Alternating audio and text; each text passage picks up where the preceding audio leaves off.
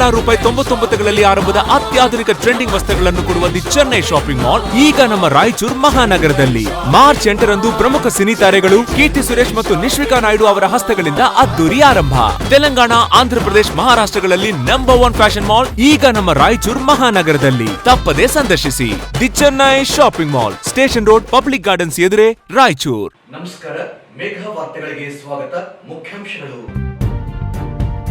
ಕರ್ನಾಟಕ ಬಂದ್ಗೆ ನಗರದಲ್ಲಿ ನೀರಸ ಪ್ರತಿಕ್ರಿಯೆ, ಹೋರಾಟಗಾರರಿಂದ ಬೈಕ್ ರ್ಯಾಲಿ. ಎಂಇಎಸ್ ಸಂಘಟನೆ ನಿಷೇಧಿಸಿ ಕನ್ನಡಿಗರ ರಕ್ಷಣೆಗೆ ಸರ್ಕಾರ ಮುಂದಾಗಲಿ, ಅಶೋಕ್ ಕುಮಾರ್ ಜೈನ್. ಸ್ಟೇಷನ್ ರಸ್ತೆಯಲ್ಲಿ ನಡೆದ ವೃದ್ಧೆ ಸಹಜ ಸಾವು, ಕುಟುಂಬದ ದೂರು. ಗೇಜ್ ನಿರ್ವಹಣೆ, 104ಗೆ ನೀರು ಬಾರದೆ ಇದ್ದರೆ ರೈತರು ವಿಷದ ಬಾಟಲಿ ಹಿಡಿದು ಮನೆಗೆ ಬರುತ್ತಾರೆ, ಶಿವರಾಜ್ ಪಾಟೀಲ್. ಮಹಾನಗರ ಪಾಲಿಕೆಯಿಂದ ಹೊಸ 16 ಟ್ರ್ಯಾಕ್ಟರ್ ಖರೀದಿ, ಬಳಕೆಗೆ ಕೂಡಿಬಾರದ ಯೋಗ. ನಗರಸಭೆ ಮಾಜಿ ಸದಸ್ಯ ಬೋಳಬಂಡೆಪ್ಪ ಕಟ್ಟಿಮನಿ ನಿಧನಕ್ಕೆ ಕಂಚುಮಾರೆಮ್ಮ ದೇವಸ್ಥಾನ ಸಮಿತಿ ಸಂತಾಪ. ಈಗ ವಾರ್ತೆಗಳ ವಿವರ. ಬೆಳಗಾವಿಯಲ್ಲಿ ಎಂಇಎಸ್ ಪುಂಡಾಟದಿಂದ ನಿಷೇಧ ಹೇರುವುದು ಸೇರಿದಂತೆ ವಿವಿಧ ಬೇಡಿಕೆಗಳನ್ನು ಈಡೇರಿಸುವಂತೆ ಕರ್ನಾಟಕ ರಕ್ಷಣಾ ವೇದಿಕೆ, ಶಿವರಾಮೇಗೌಡ ಬಣ ಸೇರಿದಂತೆ ವಿವಿಧ ಕನ್ನಡ ಪರ ಸಂಘಟನೆಗಳಿಂದ ಹಮ್ಮಿಕೊಂಡಿದ್ದ ಕರ್ನಾಟಕ ಬಂದ್ಗೆ ರಾಯಚೂರಿನಲ್ಲಿ ನೀರಸ ಪ್ರತಿಕ್ರಿಯೆ ದೊರೆಯಿತು.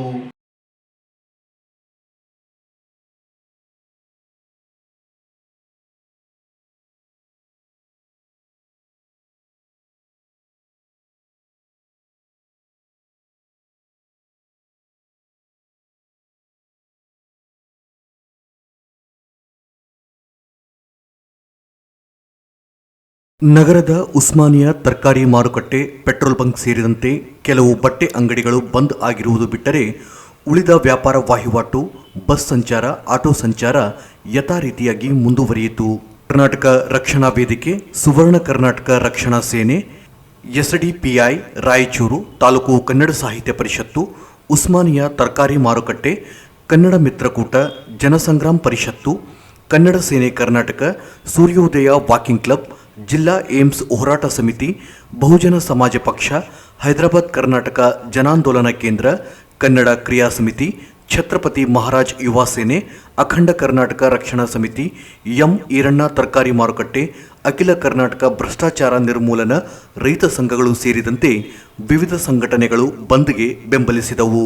ನಗರದ ಮಹಾತ್ಮ ಗಾಂಧಿ ಜಿಲ್ಲಾ ಕ್ರೀಡಾಂಗಣ ಆವರಣದಲ್ಲಿರುವ ಏಮ್ಸ್ ಹೋರಾಟದ ಸ್ಥಳದಿಂದ ನಗರದ ಪ್ರಮುಖ ರಸ್ತೆಗಳಲ್ಲಿ ಬೈಕ್ ರ್ಯಾಲಿ ಮಾಡುವ ಮೂಲಕ ಬಂದ್ಗೆ ಬೆಂಬಲಿಸುವಂತೆ ಅಂಗಡಿ ಮುಗ್ಗಟ್ಟುಗಳಿಗೆ ಸಂಘಟನೆಯಿಂದ ಮನವಿ ಮಾಡಲಾಯಿತು. ನಂತರ ಏಮ್ಸ್ ಹೋರಾಟ ವೇದಿಕೆಯ ಬಳಿ ಬಂದು ಹೋರಾಟ ಮುಕ್ತಾಯಗೊಂಡಿತು. ಕ್ರೀಡಾಂಗಣ ಆವರಣದಲ್ಲಿ ಕೇಂದ್ರ ಸರ್ಕಾರ ಹಾಗೂ ಎಂಇಎಸ್ ನಾಡದ್ರೋಹಿ ಪ್ರತಿಕೃತಿಯನ್ನು ದಹಿಸಿ ಆಕ್ರೋಶ ಹೊರಹಾಕಿದರು.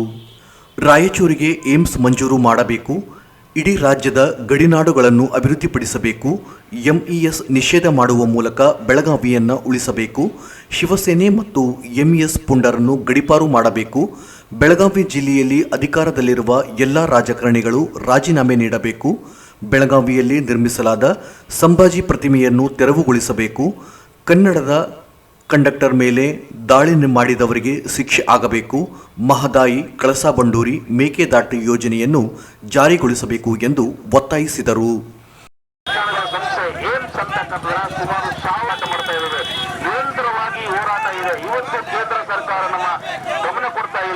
ಅದಲ್ಲದೆ ಇವತ್ತು ಏನು ಕರ್ನಾಟಕ ಬಂದು ಕೂಡ ಮಹಾರಾಷ್ಟ್ರ ಏಕೀಕರಣ ಸಮಿತಿಯವರು ಕೂಡ ನಮ್ಮ ರಸ್ತೆ ಸಾರಿಗೆ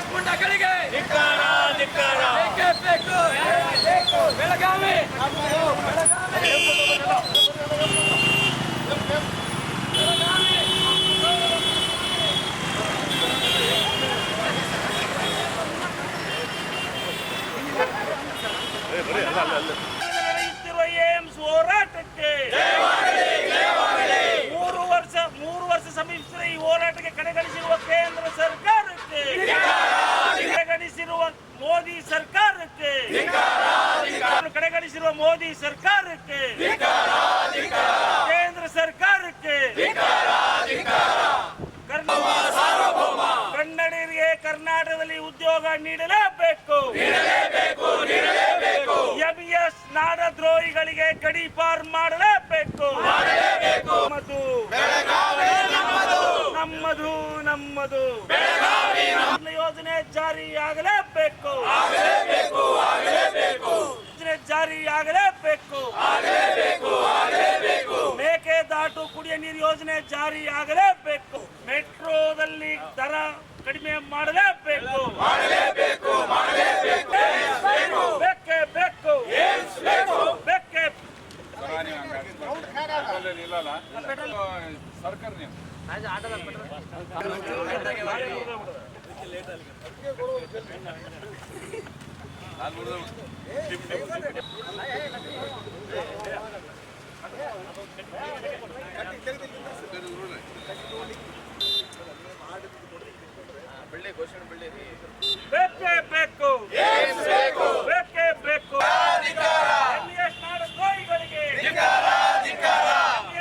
ದ್ರೋಹಿಗಳಿಗೆ ಕನ್ನಡಿಗರೇ ಸಾರ್ವಭೌಮ. ಕರ್ನಾಟಕದಲ್ಲಿ ಕನ್ನಡಿಗರೇ ಸಾರ್ವಭೌಮ. ಬೇಕೇ ಬೇಕು. ಬೇಕೇ ಬೇಕು. ಬೇಕೇ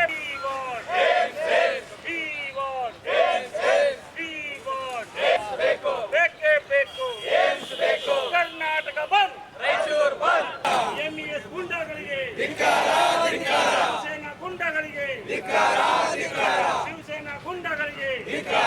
ಪ್ರತಿಭಟನೆಯಲ್ಲಿ ಕನ್ನಡ ಪರ ಸಂಘಟನೆಗಳ ಪ್ರಮುಖರಾದ Ashok Kumar Jain, S Mareppa, Akbar Hussain Nagundi, Venkatesh Bevinabenchi, John Wesley, Ramanna Myadar, Sadiq Khan, MG Veeresh, Jagadish Poortipli, Jai Bhim, Mallikarjun, Janaki Ram, Rajashekara, Ashok, Sajid ಸೇರಿದಂತೆ ಇತರರು ಇದ್ದರು.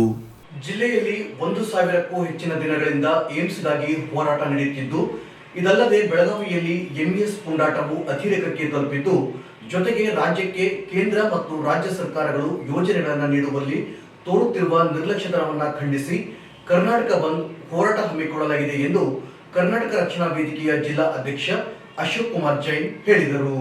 ಅವರಿಂದು ನಗರದ ಮಹಾತ್ಮ ಗಾಂಧಿ ಜಿಲ್ಲಾ ಕ್ರೀಡಾಂಗಣದ ಆವರಣದಲ್ಲಿ ಭೇಟಿಯಾದ ಮಾಧ್ಯಮಗಳೊಂದಿಗೆ ಮಾತನಾಡಿ, ಕೇಂದ್ರ ಸರ್ಕಾರಕ್ಕೆ ತೆರಿಗೆ ಕಟ್ಟುವಲ್ಲಿ ಕರ್ನಾಟಕ 2ನೇ ಸ್ಥಾನದಲ್ಲಿದ್ದು, ಆದರೆ ಕರ್ನಾಟಕ ರಾಜ್ಯದ ಅಭಿವೃದ್ಧಿಗೆ ಕೇಂದ್ರ ಸರ್ಕಾರ ಸೌಲಭ್ಯಗಳನ್ನು ಹಾಗೂ ಯೋಜನೆಗಳನ್ನು ನೀಡುತ್ತಿಲ್ಲ. ಎಂಇಎಸ್ ಪುಂಡರು ತಮ್ಮ ಗೂಂಡಾ ವರ್ತನೆಯನ್ನು ಮುಂದುವರಿಸಿದ್ದು, ಅದನ್ನು ನಿಲ್ಲಿಸಲು ಸರ್ಕಾರ ಮುಂದಾಗಬೇಕು ಎಂದರು. ಆಮೇಲೆ ಇನ್ನೊಂದು SDPI ನಮ್ಮನ್ನು ಬೆಂಬಲ ಕೊಟ್ಟಿದೆ. ಹಾಗಾಗಿ ವಿಶೇಷವಾಗಿ ಹೇಳಬೇಕಾದ್ರೆ ಛತ್ರಪತಿ ಶಿವಾಜಿ ಯುವ ಸೇನೆ ಕೂಡ ನಮ್ಮನ್ನು ಬೆಂಬಲ ಕೊಟ್ಟಿದೆ. ನಮ್ಮದು ಒಂದೇ ಬೇಡಿಕೆ ಏನಂದರೆ, ನೀವು ಇವತ್ತು MES ಗೂಂಡಾಗಳಿದ್ದಾರಲ್ಲ, ಪದೇ ಪದೇ ಖ್ಯಾತೆ ತೆಗಿತಾರೆ. MES ಸಂಸ್ಥಾಪಕ ಸಂಭಾಜಿ ಪ್ರತಿಮೆ ನಮ್ಮ ನೆಲದಲ್ಲಿ ಬೇಕಿಲ್ಲ ಸ್ವಾಮಿ. ನಮ್ಮ ನೆಲದ ನಮ್ಮ ಕನ್ನಡಿಗರ ವಿರೋಧಿಗಳ ಪ್ರತಿಮೆ ನಮಗೆ ಹಾಕಬೇಕು. ಮುಖ್ಯಮಂತ್ರಿಗಳೇ, ಆ ಪ್ರತಿಮೆಯನ್ನು ತೆಗೆದುಹಾಕಿ. ಇಲ್ಲ ಅಂದರೆ ಇಡೀ ರಾಜ್ಯದಿಂದ ನಾವೇ ಪಾದಯಾತ್ರೆ ಹೋಗಿ ಆ ಪ್ರತಿಮೆಯನ್ನು ಧ್ವಂಸ ಮಾಡ್ತೀವಿ. ಕಾನೂನನ್ನು ಕೈ ತೊಗೊಳ್ತಕ್ಕಂಥ ಪ್ರಯತ್ನ ಮಾಡಬೇಡಿ ಅಂತಕ್ಕಂಥ ಮುಖ್ಯಮಂತ್ರಿ ಒತ್ತಾಯ ಮಾಡ್ತಾ ಇದ್ದೀವಿ. ಆಮೇಲೆ ಬಹುದಿನಗಳ ಬೇಡಿಕೆ ಏಮ್ಸ್ 3 ವರ್ಷ ಸಮೀಪಿಸ್ತಾ ಇದೆ. ಕೇಂದ್ರ ಸರ್ಕಾರ ಗಮನ ನೀಡ್ತಾ ಇಲ್ಲ. ಈ ಏಮ್ಸ್ಗೆ ಇರ್ತಕ್ಕಂಥ ಈ ಕರ್ನಾಟಕ ರಾಜ್ಯದ ಮಹಾನ್ ಮಂತ್ರಿ, ಅವನೇ ಕಂತ್ರಿ ಪ್ರಹ್ಲಾದ್ ಜೋಶಿ ನಮ್ಮ ಒಂದು ಹೋರಾಟಕ್ಕೆ ಏಮ್ಸ್ಗೆ ಅಡ್ಡಿಯಾಗಿದ್ದಾನೆ. ಪ್ರಹ್ಲಾದ್ ಜೋಶಿ ಎಲ್ಲ ಹುಬ್ಬಳ್ಳಿ ದಾಡರಲ್ಲ, ಕರ್ನಾಟಕದಲ್ಲಿ ರಾಯಚೂರಿದೆ. ರಾಯಚೂರಿಗೆ ಏಮ್ಸ್ ಘೋಷಣೆ ಮಾಡಬೇಕು. ಅದಕ್ಕಾಗಿ ಈ ಮಲತಾಯಿ ಧೋರಣೆ ಮಾಡ್ತಕ್ಕಂಥ ಕೇಂದ್ರ ಸರ್ಕಾರ ಪ್ರತಿಮೆಯನ್ನು ಕೂಡ ಇವತ್ತು ದಾನ ಮಾಡಿದ್ದೀವಿ. ಒಟ್ಟಾರೆ ಎಲ್ಲ ಒಂದು ಬೇಡಿಕೆಗಳು, ಕುಡಿಯ ನೀರಿನ ಕಳಸಾ ಬಂಡೂರಿ ಮಹದಾಯಿ ಯೋಜನೆ ಆಗಿರಬೇಕು, ಮೇಕೆದಾಟು ಕುಡಿಯ ನೀರಿನ ಯೋಜನೆ. ಇವತ್ತು ಕರ್ನಾಟಕ ಸರ್ಕಾರ, ಕಾಂಗ್ರೆಸ್ ಸರ್ಕಾರ ಪಾದಯಾತ್ರೆ ಮಾಡಿ ಮೇಕೆದಾಟು ಜಾರಿ ಮಾಡ್ತೀವಿ ಅಂದರು. ಭಾಳಷ್ಟು ಜಿಲ್ಲೆಗಳಿಗೆ ಇವತ್ತು ಚಿಕ್ಕಬಳ್ಳಾಪುರ ಆಗಲಿ, ಕೋಲಾರ ಆಗಲಿ ಕುಡಿಯ ನೀರು ಬೇಕು ಮೇಕೆದಾಟಿಂದು. ಅದಕ್ಕೂ ಕೂಡ ಇನ್ನು ಪ್ರಾರಂಭ ಮಾಡಿಲ್ಲ. ಯಾಕೆ ನೀವು ಮೌನ ವಹಿಸಿದಕ್ಕೆ ಇವತ್ತು ರಾಜ್ಯ ಸರ್ಕಾರಕ್ಕೆ ಪ್ರಶ್ನೆ ಮಾಡಬೇಕಾಗಿದೆ. ಬಂದ್ ಮಾಡೋದಕ್ಕೆ ನೀವೇ ಕಾರಣಕರ್ತರು.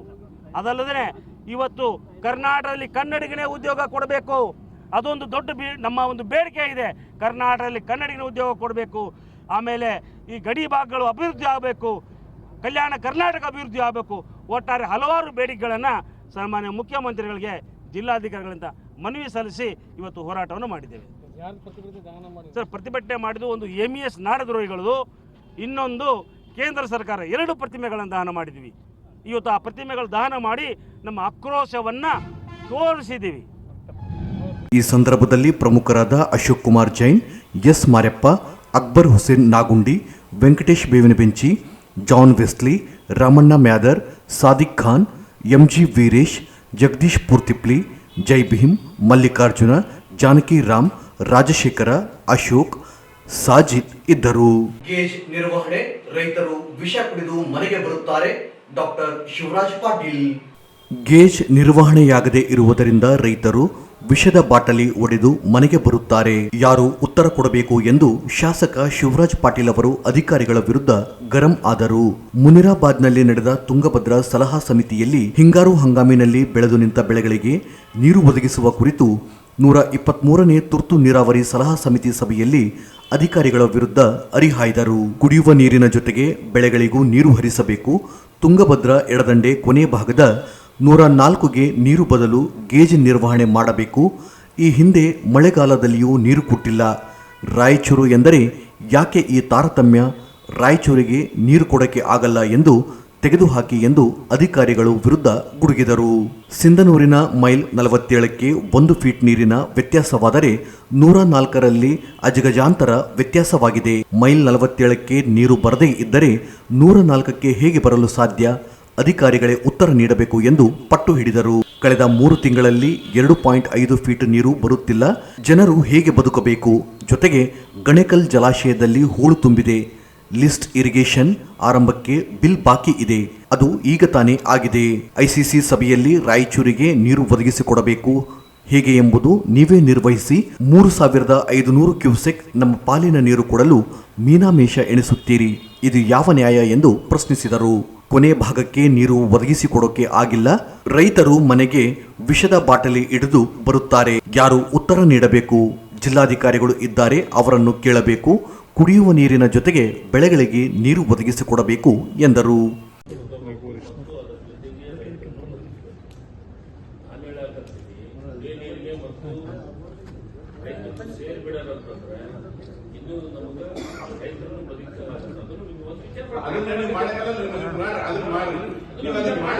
ನಮಗೆ ಮಿನಿಮಮ್ 5-6 ಮೀಟರ್ ಕೊಡಬೇಕಲ್ಲ ಸರ್. 5-6 ಮೀಟರ್ ನೀವು ನೀರು ಕೊಡಲಿಲ್ಲ ಗಣೇಕಲ್ಲಿ ಹೆಂಗ್ ತುಂಬುತ್ತದೆ ಹೇಳಿ? 3 ತಿಂಗಳದಾಗ ಮಳೆಗಾಲದಾಗ ನಮಗೆ ಕೊಡಕ್ಕಾಗಿಲ್ಲ. 2 ದಿನ ಮಾತ್ರ ನೀವು ಕೇಸ್ ಕೊಟ್ರೆ ಇನ್ನು ಅಧಿಕಾರಿಗಳು ಏನ್ ಮಾಡ್ಬೇಕು? ನಿಮ್ಗೆ ನಾವು ಏನ್ ನಮ್ಮ ರಾಯಚೂರು ತೆಗೆದಾಕಿರ ಏನ್ ಎಲ್ಲಿಂದ ತೆಗೀರಿ? ನಿಮ್ದು ಇತಿಹಾಸ ಇಲ್ಲಿ ನೀವು ನಿಮ್ಮದು ತೋರಿಸದ ಮೀಟಿಂಗ್ ನಾವು DC ಸಾಹೇಬ್ರನ್ನು ಕೇಳ್ತೀನಿ. ನಿಮ್ಗೆ ಅದು ನೀವು ತಗೋಬೇಕಲ್ಲ. ರಾಯಚೂರು ಎಂಟ್ರಿ ಆದಾಗ 11.75 ಯಾವತ್ತು ಬಂದದ? ಸಿಂಧೂರಿಗೆ 47ಗೆ MLA ಅವ್ರು ಇಲ್ಲೇ ಕೂತೀರಿ. 11.75 ಎಲ್ಲಿ ಅದ ಹೇಳ್ರಿ? ಅವ್ರಿಗೆ ಬಂದಿಲ್ಲ ಅಂದ್ರೆ ಅಲ್ಲಿ 1 ಫೀಟ್ ಡಿಫರೆನ್ಸ್ ಆದ್ರೆ ನಮ್ಗೆ 6 ಫೀಟ್ ಡಿಫರೆನ್ಸ್ ಆಗ್ತದೆ. 3 ಫೀಟ್ ಅಲ್ಲಿ ಡಿಫರೆನ್ಸ್ ಆಗ್ತದ, 3 ಫೀಟ್ ನಮ್ಗೆ 104 ಡಿಫರೆನ್ಸ್ ಆಗ್ತದೆ. ನೀವು 47ಗೆ ನೀವು ಗೇಸ್ ಕೊಟ್ಟಿಲ್ಲ ಅಂದ್ರೆ 104ಗೆ ಹೆಂಗ್ ಗೇಸ್ ಬರ್ತದೆ? DC ಸಾಹೇಬ್ ಮಾತಾಡ್ಬೇಕು. ನೀವು ಓದ್ ಮೀಟಿಂಗ್ನಾಗ ಅಧಿಕಾರಿಗಳು ಒಪ್ಕೊಂಡಿರಿ ನಮ್ಮ ಎದುರಿಗೆ 12 ಫೀಟ್ ಕೊಡ್ತಂತ ಒಪ್ಪಿಕೊಂಡಾರ.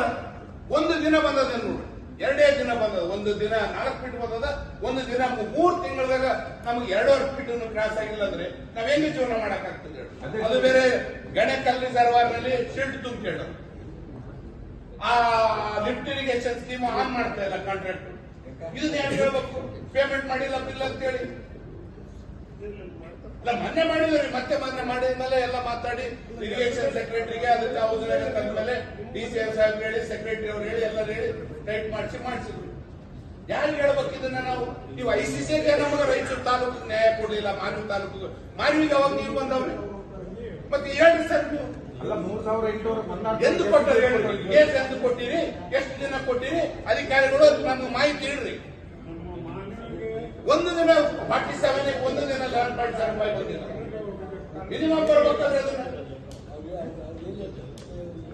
ಹೇಳಿ. ಏನ್ ಹೇಳ್ತಾರ ಉತ್ತರ ಹೇಳಿ. ಬರೀ ಕುಡಿಯೋ ನೀರಿಗೆ ಅಂತಂದ್ರೆ ರೈತರು ಸುಮ್ಮನೆ ಇರ್ತಾರ? ಮುಂಜಾನೆ ಎದ್ದು ವಿಷದ ಬಾಟಲ್ ತರ್ತಾರ ಮನೆಗೆ, ಕುಡಿಯೋ ನೀರು ಅಂತ. ಏನು ಏನು ಏನು ಏನು ಏನ್ ಮಾತಾಡ್ಬೇಕು ನಾವು ರೈತರಿಗೆ? ನಮಗೂ ಮರ್ಯಾದೆ ಇದಲ್ಲ ಸರ್. ನಾವು ಉಳಿಸ್ಕೋಬೇಕಲ್ಲ. ನಮ್ಗೆ 3 ಲಕ್ಷ ಜನ ಆಚೆ ಕಳ್ಸಿರ್ತಾರೆ. ಏನ್ ನಾವು ಓದ್ತಾರೆ ಮಾತಾಡಿದ್ರೆ ಬಾಯಿ ಬಂದಂಗೆ ಮಾತಾಡಿದ್ರಿ. ಏನು ನಿಮ್ಮ ಉತ್ತರ ಕೊಡ್ರಿ. ಇವತ್ತು ಏನ್ ಕೊಡ್ತೀರಿ? 2 ದಿನ ನೀವು ನೀರು ಕೊಟ್ರೆ 3 ತಿಂಗಳದಾಗ ಹೆಂಗೆ ನಾವು ಆನ್ಸರ್ ಮಾಡಬೇಕು? ರೈತರ ತಂದು ಕೊಟ್ಟಾರೆ. ರೈತರೇ ತಂದು ಕೊಟ್ಟಾರೆ ಇದನ್ನ. ನಿಮ್ ಮಳೆ ಬರ ನೋಡಕ್ಕೆ ನಮ್ಗೆ ಓದಕ್ ತಂದು ಕೊಟ್ಟಾರ.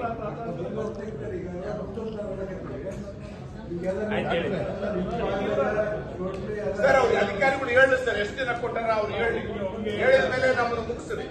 69 ಎಷ್ಟು ದಿನ ಬಂದದ MLA ಸಾಹೇಬ್ರ? 69 ಎಷ್ಟು ದಿನ ಬಂದದ ಹೇಳಿ.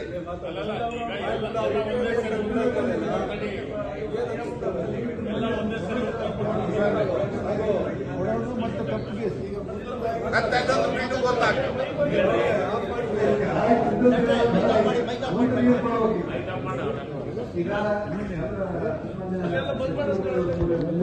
ಈ ಸಂದರ್ಭದಲ್ಲಿ ಸಚಿವ ಶಿವರಾಜ್ ತಂಗಡಗಿ, ರಾಯಚೂರು ಉಸ್ತುವಾರಿ ಸಚಿವ ಶರಣು ಪ್ರಕಾಶ್ ಪಾಟೀಲ್, ಸಚಿವ ಜಮೀರ್ ಅಹಮದ್, ಹಂಪನಗೌಡ ಬಾದರ್ಲಿ, ವಿಧಾನ ಪರಿಷತ್ ಸದಸ್ಯ ಎ ವಸಂತಕುಮಾರ್, ಗ್ರಾಮೀಣ ಶಾಸಕ ದದ್ದಲ್ ಬಸನಗೌಡ, ಶಾಸಕ ಹಿಟ್ನಾಳ್, ದೇವದುರ್ಗ ಶಾಸಕಿ ಕರಿಯಮ್ಮ ನಾಯಕ್, ಕಂಪ್ಲಿ ಶಾಸಕ ಗಣೇಶ್, ಬಸನಗೌಡ ಬಾದರ್ಲಿ, ಗುಲ್ಬರ್ಗಾ ಪ್ರಾದೇಶಿಕ ಆಯುಕ್ತ, ರಾಯಚೂರು ಜಿಲ್ಲಾಧಿಕಾರಿ ನಿತೀಶ್ ಕೆ ಸೇರಿದಂತೆ ಅನೇಕರು ಇದ್ದರು.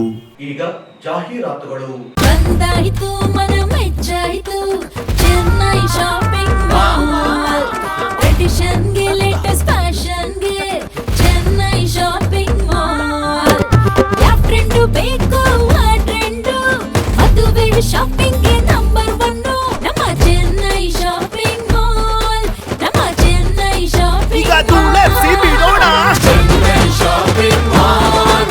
ನಮ್ಮ ಚೆನ್ನೈ ಶಾಪಿಂಗ್ ಮಾಲ್. ಕೇವಲ ₹99ಗಳಲ್ಲಿ ಆರಂಭದ ಅತ್ಯಾಧುನಿಕ ಟ್ರೆಂಡಿಂಗ್ ವಸ್ತ್ರಗಳನ್ನು ಕೊಡುವ ದಿ ಚೆನ್ನೈ ಶಾಪಿಂಗ್ ಮಾಲ್ ಈಗ ನಮ್ಮ ರಾಯಚೂರು ಮಹಾನಗರದಲ್ಲಿ. ಮಾರ್ಚ್ 8ರಂದು ಪ್ರಮುಖ ಸಿನಿ ತಾರೆಗಳು ಕೀರ್ತಿ ಸುರೇಶ್ ಮತ್ತು ನಿಶ್ವಿಕಾ ನಾಯ್ಡು ಅವರ ಹಸ್ತಗಳಿಂದ ಅದ್ದೂರಿ ಆರಂಭ.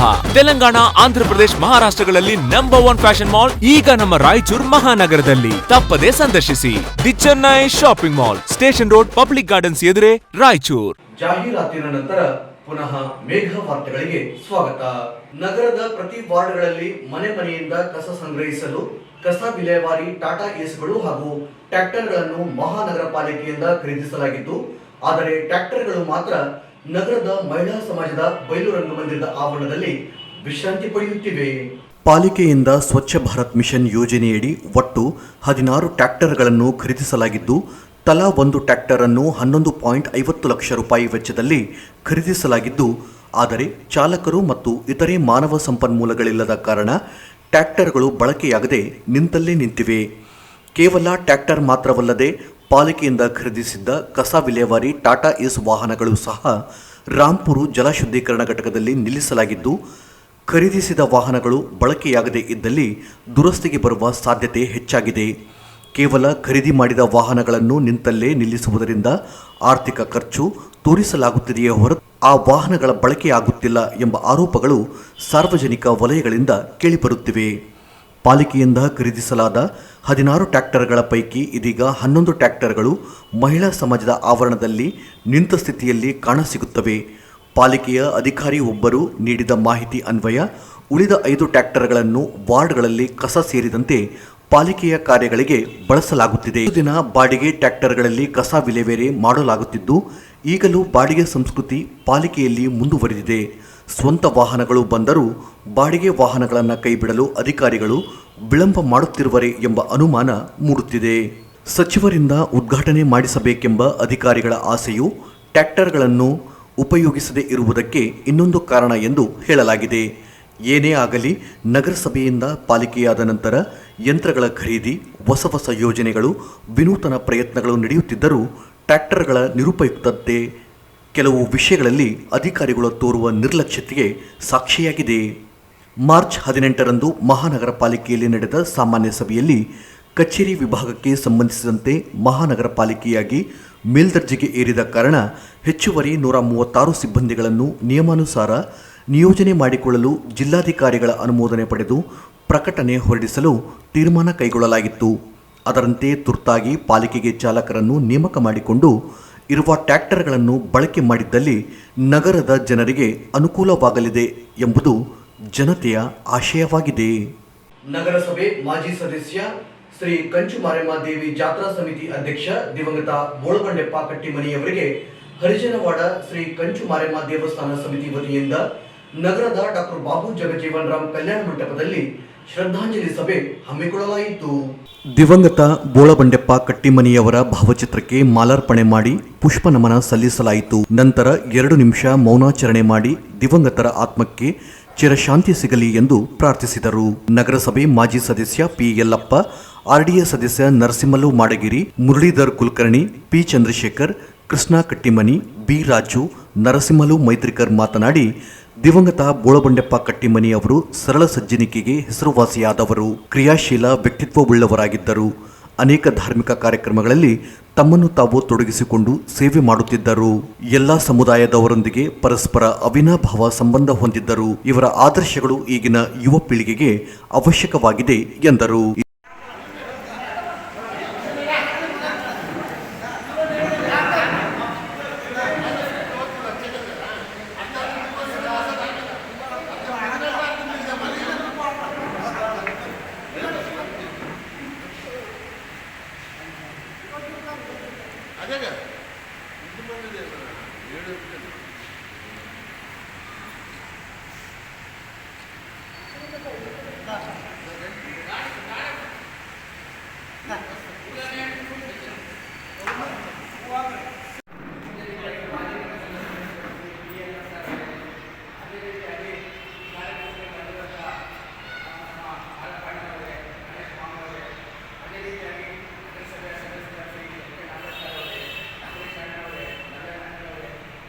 ಈ ಸಂದರ್ಭದಲ್ಲಿ P Savarappa, Ganesh Palyam, J Mareppa, P Amaresh, Nallareddy, P Boodyappa, ಪಾಲಿಕೆ ಸದಸ್ಯ N K. Nagaraj, Iranna Bhandari, K Mahadevappa, Hanumanthu, Tayappa, R Anjaneya, Karunakara Kattimani, J Anjan Kumar, R Mareppa, J Ramu, P Ashanna, B Govind, Chandrashekhar Bhandari, Huligappa, Murali Krishna Kattimani, Ram Prasad, Mounish ಸೇರಿದಂತೆ ಬಡಾವಣೆಯ ಅನೇಕರು ಇದ್ದರು.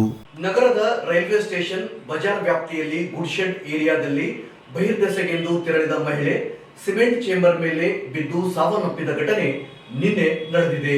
ಮೃತಪಟ್ಟಿರುವ ಮಹಿಳೆ ಲಕ್ಷ್ಮಿ, 56 ವರ್ಷ, ಮಹಾನಗರ ಪಾಲಿಕೆ ದಿನಕೂಲಿ ನೌಕರರ ಎಂದು ತಿಳಿದು ಬಂದಿದೆ. ಮೃತ ಮಹಿಳೆ ಲಕ್ಷ್ಮಿ ಮಹಾನಗರ ಪಾಲಿಕೆಯ ದಿನಕೂಲಿ ನೌಕರರಾಗಿದ್ದು, ನಗರದಲ್ಲಿ ಕಸ ಗುಡಿಸುವ ಕೆಲಸ ಮಾಡಿಕೊಂಡಿದ್ದರು. ಅವರು ಮದ್ಯಪಾನ ಮಾಡುತ್ತಿದ್ದರು.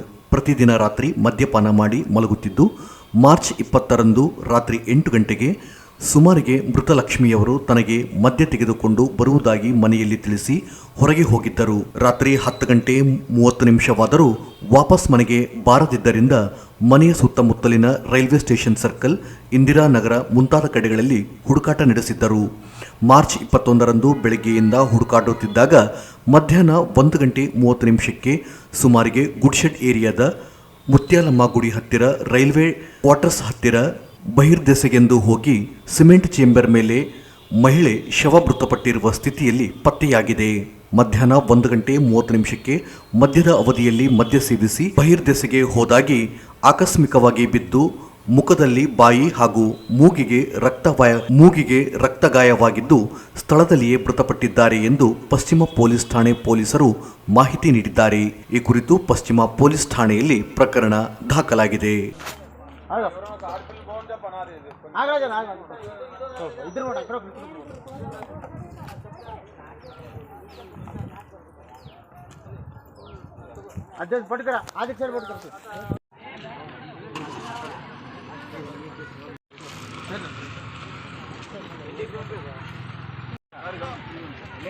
ಕೊನೆಯಲ್ಲಿ ಮತ್ತೊಮ್ಮೆ ಮುಖ್ಯಾಂಶಗಳು. ಕರ್ನಾಟಕ ಬಂದ್ಗೆ ನಗರದಲ್ಲಿ ನೀರಸ ಪ್ರತಿಕ್ರಿಯೆ, ಹೋರಾಟಗಾರರಿಂದ ಬೈಕ್ ರ್ಯಾಲಿ. ಎಂಇಎಸ್ ಸಂಘಟನೆ ನಿಷೇಧಿಸಿ ಕನ್ನಡಿಗರ ರಕ್ಷಣೆಗೆ ಸರ್ಕಾರ ಮುಂದಾಗಲಿ, ಅಶೋಕ್ ಕುಮಾರ್ ಜೈನ್. ಸ್ಟೇಷನ್ ರಸ್ತೆಯಲ್ಲಿ ನಡೆದ ವೃದ್ಧೆ ಸಹಜ ಸಾವು, ಕುಟುಂಬದ ದೂರು. ಗೇಜ್ ನಿರ್ವಹಣೆ, 104ಗೆ ನೀರು ಬಾರದೆ ಇದ್ದರೆ ರೈತರು ವಿಷದ ಬಾಟಲಿ ಹಿಡಿದು ಮನೆಗೆ ಬರುತ್ತಾರೆ, ಶಿವರಾಜ್ ಪಾಟೀಲ್. ಮಹಾನಗರ ಪಾಲಿಕೆಯಿಂದ ಹೊಸ 16 ಟ್ರ್ಯಾಕ್ಟರ್ ಖರೀದಿ, ಬಳಕೆಗೆ ಕೂಡಿಬಾರದ ಯೋಗ. ನಗರಸಭೆ ಮಾಜಿ ಸದಸ್ಯ ಬೋಳಬಂಡೆಪ್ಪ ಕಟ್ಟಿಮನಿ ನಿಧನಕ್ಕೆ ಕಂಚುಮಾರೆಮ್ಮ ದೇವಸ್ಥಾನ ಸಮಿತಿ ಸಂತಾಪ. ಇಲ್ಲಿಗೆ ಮೇಘ ವಾರ್ತೆಗಳು ಮುಕ್ತಾಯವಾದವು. ಮುಂದಿನ ಮೇಘ ವಾರ್ತೆಗಳೊಂದಿಗೆ ಪುನಃ ಭೇಟಿಯಾಗೋಣ. ವಂದನೆಗಳು.